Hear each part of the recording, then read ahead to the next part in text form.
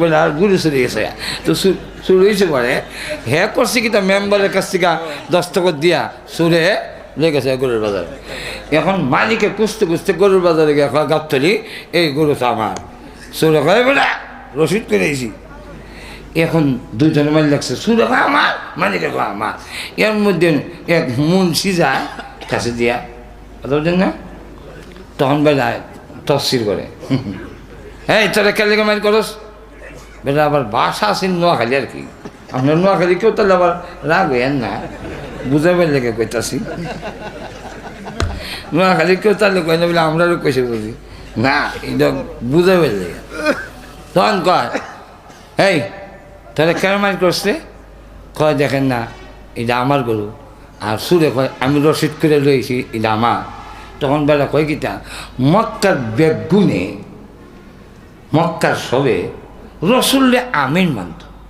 তোরা আমার আমিন মানুষ নি তা আমি কোরআন দেওয়া ফয়সালা করি হেবিলে কোরআন দেওয়া ফয়সালা করি। আচ্ছা তো ঠিক আছে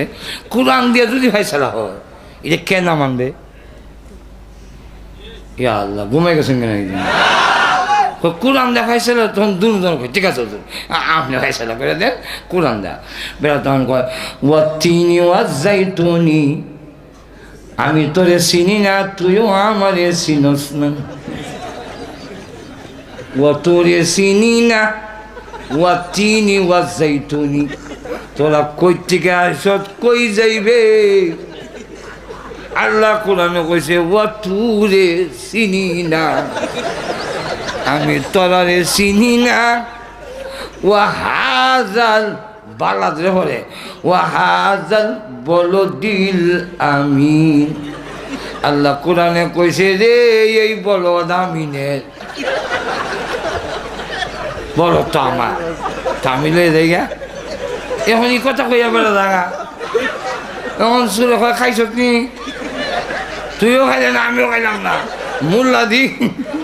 কোরআন দেখাইছে করে লইয়া জায়গা আল্লাহ কি তো কইছিলি তখন গরু গরু